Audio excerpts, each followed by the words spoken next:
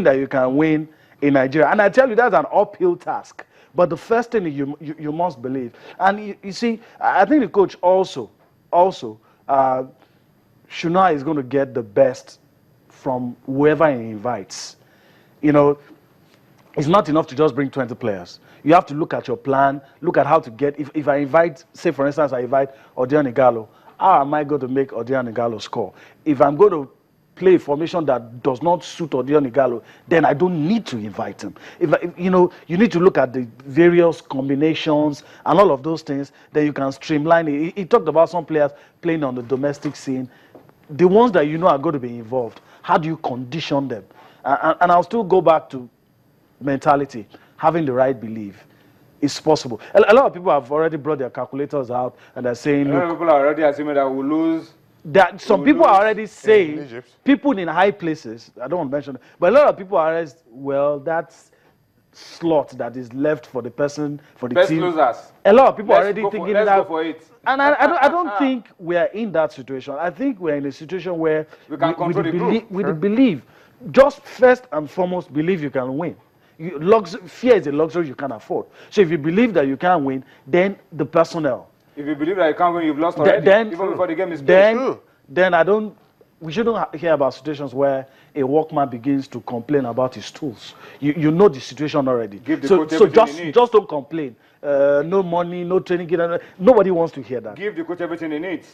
Well, but whatever situation in and around the team right now, I think results is what everybody wants, and results is what we must get. And it must start by defeating the Pharaohs when they come and going to their backyard, Cairo, wherever they want to play us. And try to get a result. Let's talk about the Egyptians. They've been doing a lot of late. They've been playing friendly games. Okay. My producer says there's a quick change in that scoreline. Chelsea have drawn level. So it's Chelsea 1, PSG 1 now. And that's interesting. So Chelsea have drawn level. That's a good result for Chelsea fans. And it throws the game very open. This is all important away goal for Chelsea. Yeah. But this is just the first half. Half time already. Well, it's half time already. Yeah. Just on the stroke of half time, Chelsea drew level. Yeah, I'm not sure it's going to end this way. But guess who scored Chelsea's goal? John Terry.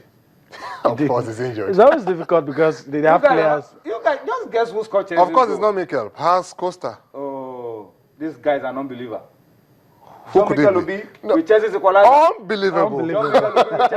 Unbelievable. That's the story. Unbelievable. John Mikel Obi with Chelsea's equalizer. It will take a brave. Interesting story. It will take a brave man. Score that. Whatever Zlatan can do, Mikel can also do. All right, so that's the story. Half time now is PSG 1, Chelsea 1, and Chelsea's goal has been scored by John Mikel Obi. Good news for the young lad. I mean, he was frozen out of the team a while ago, but since the new man got on board, he's been playing, and he's been playing so well, and now he's scored a goal. We were talking about Egypt just before we got the update from the UEFA Champions League, and they've been playing friendly. This picture that you're seeing was a friendly Egypt against Libya. Even during the friendly, this still happens in Egypt, but we'll be hoping that this doesn't happen when the Eagles come calling. Hopefully, this is shameful, seeing crowd trouble and then having the police to interfere in a game, in a football game, which is supposed to unite people. But we've seen a lot happen. People have died in stadia in Egypt, and a lot of other horrible things have happened. They've gone through a lot lately. We hope that, because this friendly equally took place in Egypt, so we'll hope that when the good news is that they came back and they concluded the game, and Egypt won this game by 2 goals to nil. Hey, when you go off like this, you don't want to come back and give your best. You want to come back and finish the game and run out, get back to your country. It destabilizes you mentally, and I mean, it's a wrong signal. That's just the word. You want to get out of that place as quickly as possible. So no away team will get a draw in a circumstance like this. You want to get out of Egypt as quickly as possible. Hopefully this doesn't happen. Sunshine Stars of Akure experienced something like this way back in 2009. But that was before the game. Yeah, but in guys, the hotel. Guys, we have to be prepared for whatever the Egyptians will throw at the Eagles. If it's a competitive game, that means means we can finish off the game in Kaduna. If it's a competitive game, I bet you the opponents already have an excuse. They're not going to come back to play. They won't. And they'll rather go to the boardroom than come back to the field because it's easier to get the points in the boardroom with a situation like this. Hey, this may not happen exactly like this. I was citing the case of Sunshine Stars in Akure against Al Ahly in 2009, and they were They were locked in their hotel for hours, and the Al Ahly fans were downstairs screaming, and the players said they were scared to come out. They already played a 3-all draw in Ijebu, and when they came out to play this game, they knew they had to win. But you can't win in a circumstance where the fans have already come to threaten your hotel even before you leave. That is uncalled for. We hope the Super Eagles wouldn't be subjected to harsh conditions like that. But guys... But whatever happens, we need to get the result in Kaduna. We have to be prepared for whatever the Egyptians will throw at the team. Yes. And I think psychologically, mentally, in every way possible, the Nigerian Football Federation, everybody should know that anything can happen when we go to Egypt, and prepare the team in every way possible. But hopefully, we are not in a jungle. I mean, this is not a jungle. We are not in a jungle or a banana republic. I believe that we will have a great degree of sanity when we go to Egypt to play. But the most important thing for us is to understand that those games, the one in Kaduna on the 26th and the game in Egypt on the 29th, are games that we must take very, very seriously. That we must win. And win. 6 points. We must. Anything less than 4 points is failure. But 4 points will just be good enough. 4 points might let's plan for 6. 4 points might just do it. It will be better with 6. Impossible. 4 points will keep us on top of the group with 2 rounds of games to go. And you have to we'll be in control. And you have to go elsewhere. Go to Chad.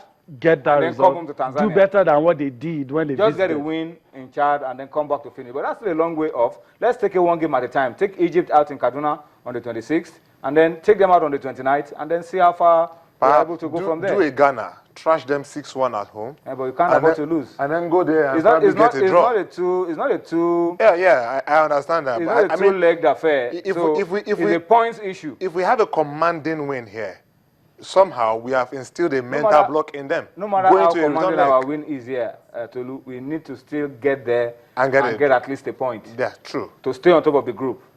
That's what we need to do. All right? But let's talk about Avre now.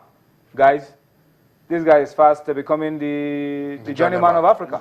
He's a journeyman. Zambia to Ivory Coast. Ivory Coast. And now Morocco. Reminds you of... He's been to Ghana as assistant coach to Claude Leroy. Yeah. Now... It reminds you of Claude Leroy and Philippe Troussier. All of them Frenchmen. They seem to understand the terrain.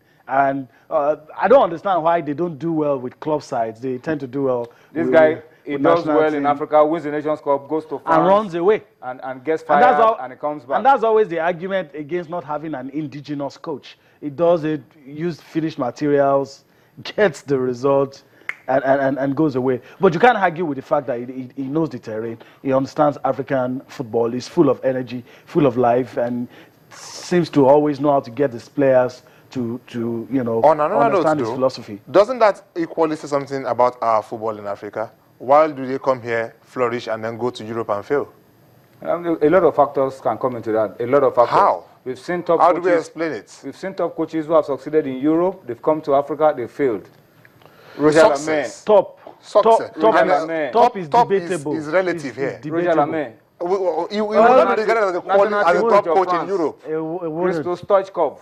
National team coach. I mean, how did he flourish? How well did they flourish? These arguments he didn't win the Euros. These arguments can These arguments can go on. It's good to see him back in African football. That is what matters. Let's see how far he goes with the Moroccan national team. And they need a coach like him, a coach of his pedigree in African football at the time that is where it looks like Moroccan football hasn't really moved forward. Enjoy the best of time. They've been stagnant lately.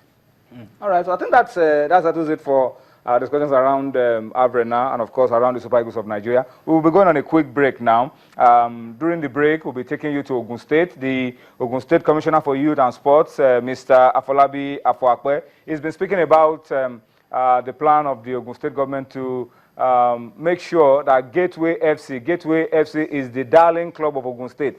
There's a fan of Gateway FC right here on this set, and that's Yemi Adebayo. And the plan is for Gateway to bounce back to the Premier League. The commissioner also spoke about the plan to develop sports from the grassroots. He talked about having a state festival every year and a youth games every year. Let's hope that they are able to match these words with action. But let's listen to him. By the time we're back on Sports Tonight, we'll be making a quick change. Alfredo Koligwe, our very good friend, will be joining us for the rest of the show. Join us again. This year is going to be a different ball game entirely. The type of screening exercise we are putting in place for Gateway